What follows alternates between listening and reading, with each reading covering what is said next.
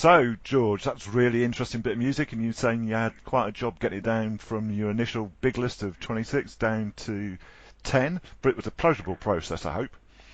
Yeah, definitely. It's great to sit and listen to the music, and once you listen to one track, you remember something that was related to it, and it makes you think about the times that you actually listened to it originally.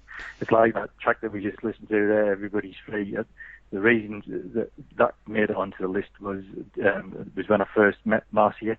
I made a compilation CD for it, and it was actually the compilation CD was called Little Fluffy Clouds.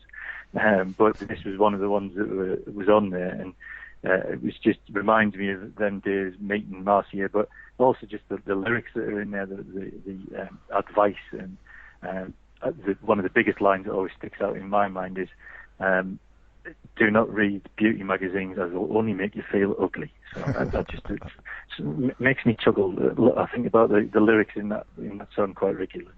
That's a fantastic way to remember things, and I'm sure Marcy will be really pleased when she hears your complete playlist.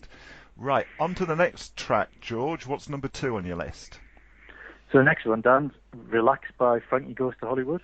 And why has this one crept into your list? So this one's there because it's the first time that I can really remember getting excited about a band in particular. This will have been back when I think I was in the first couple of years of senior school, so 11 or 12ish, and them days kind of just getting into music properly. And the main reason it's in there, as well as it being a fantastic song, is that I was lucky enough not to meet the band. My stepdad David was the catering manager at Durham Castle at the University College in Durham, and the Frankie Goes to Hollywood were booked there for the June Ball. They were booked a year before they became famous, and when they played the Castle, they actually were just at the beginning of the kind of the Relax fame.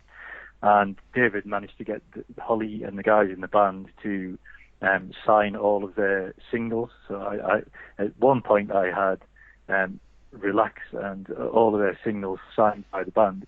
Stupidly though, I lent it to a female friend of mine, Lisa, about 2 or 3 years afterwards, and she never ever returned them. So there, somewhere out in the ether there is all of Frankie Goes to Hollywood's signed singles to George, but unfortunately they're not in my possession. Well, if you make your Desert Island Mix list available and we get this to be broadcast to a wider public, hopefully Lisa will be listening. Yeah, maybe I'll get them back again. Okay, here goes with Frankie Goes to Hollywood.